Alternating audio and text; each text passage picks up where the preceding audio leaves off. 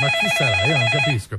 Mi ritrovo a rispondere a un telefono che squilla in questo momento. Vediamo un po', vediamo se parlando di pittori, vediamo se siamo in collegamento con Iachino. Buongiorno. Buongiorno. No, questo è che sta ancora stato del genere questa casa. Chi è lei? Grande Iachino. Buongiorno, come sta? Buongiorno Iachino. Bene, lei come sta? Qua siamo a Parigi, che stiamo guardando la vita. Ma ancora la Torre Eiffel? Sì, perché pensavamo che era più meglio la cosa, invece ci può mandare domani dentro ruggine, perché insomma se sta Torre Eiffel si sta vedendo, quando hai chiamato sta così, se sta fottendo dalla Torre Eiffel. No, non è vero, non è vero. Non a fare queste cose, sua moglie si resta manca a fare questo saliccio. Con questo Sozzalicio. Chi l'ha detto? Carla Bruni? Carla Bruni, dice ma Sozzalicio no, perché non lo amo che si piglia una piazza. Non ci crederò mai, vero? Non ci crederò mai. No, una chiamato, mi chiamavo sempre così, disse, senta, potete smontare cortesemente? Sì.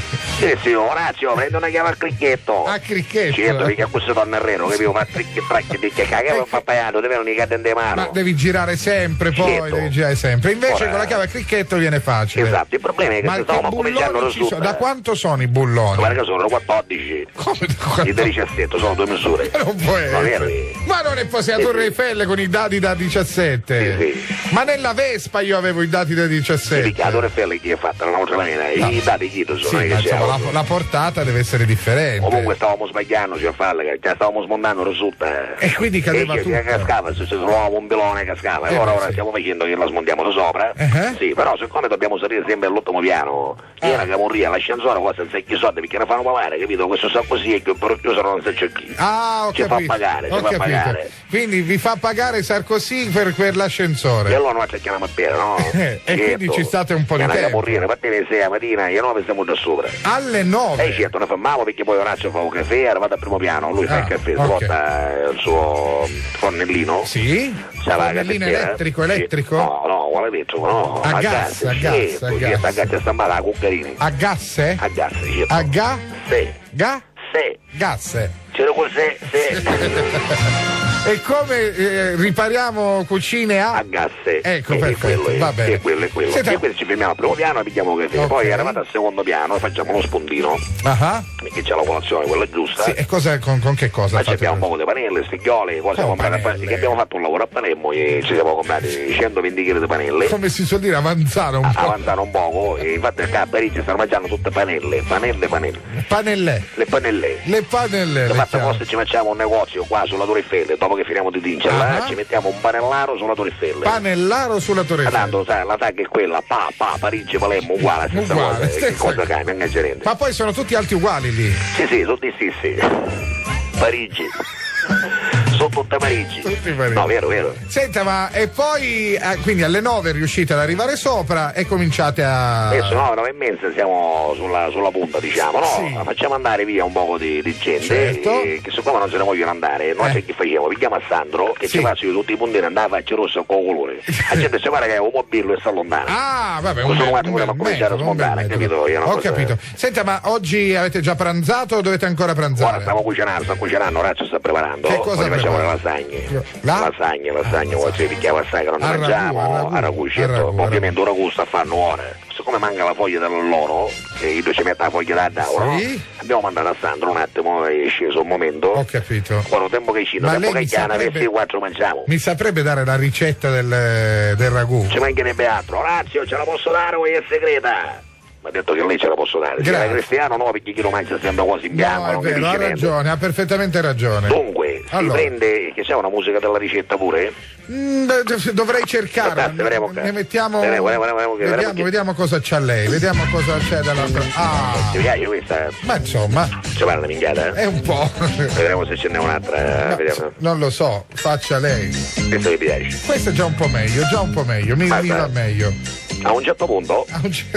Ma è come le barzellette del signor Castiglia. Certo. Okay. A me piace molto il signor Castiglia, sono un fan, ma io non capisco perché quando telefono io il signor Castiglia sarà qua, per quale motivo? Non forse ci sto andato. No, non credo. Mi auguro di no. Sarà andato a fumare una sigaretta. Ma lo saluta lei? Sì, io lo saluto sicuramente. Allora, facciamo una ricetta di ragù di oggi, ragù alla parigina, perché siamo a Parigi. E allora si prende una pignata bella abbastanza profonda, la pignotta si chiama qua, La pignotta. Qui pignatta è un'altra cosa però.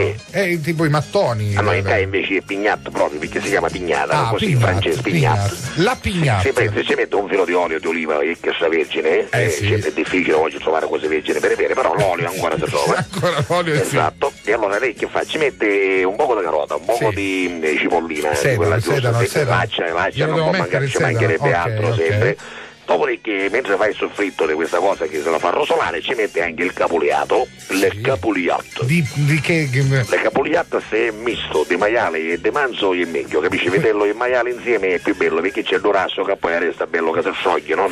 Quindi manzo di prima e maiale. E maiale di seconda. Manzo di prima e maiale di seconda. Esatto. Dopodiché si fa rosolare per bene, quando vede che si è accolonato giusto, si ci unge un poco di sassina, la sassina, la con famosa sassina. Esatto, il concentrato, l'assato, la buatta, come l'hai chiamata? No, la buatta. La buatta. Ma la buatta non è il pelato? Non si, a buattetta chi te. Poi dopo se ci mette anche il pelato, perché non è che lo può fare solo, e quindi deve fare tutte e due le situazioni. C'è il pomodoro che è un po' di sassina. Ok. La sassina ovviamente si deve diluire un pochettino. Certo. Dopodiché niente, si fa cuocere a fuoco lento, piano piano, se ci mette un moglio con la cucchiaia di ligno in modo che quel vapore subito lo manda. Svapora. Esatto, svapora e va sincerno, che poi il ragù deve singere, no? Nel frattempo Orazio sta fando anche le lasagne, perché se la fa lui, dopo che se basta la pasta. Come si fa lui le lasagne? Se la fa lui. Sulla Torre Eiffel? Assolutamente. Madonna. Lo sai come fa? Come? Dopo che basta la pasta, mica è ambica andata a Torre Eiffel, di questa maniera, c'è un coppo, a questo viene bella piatta pariggia, ci viene la forma da bollone, però è particolare, la parigina. Tipo il sistiato. Esatto, tipo se si la piglia a manicola, l'imbasto, lo piglia, pom, e andava direttamente nella camorria, no? Certo, ogni tanto piglia la forma da bollone, però è bello. Vabbè, però uno c'è la forma da bollone che viene un pochettino un bollone proprio, viene un bollone. Ci va più ragù. C'è più ragù, bravo, visto? Meraviglioso. Ovviamente ci vuole la besciamella, che qua in Francia sono numerose.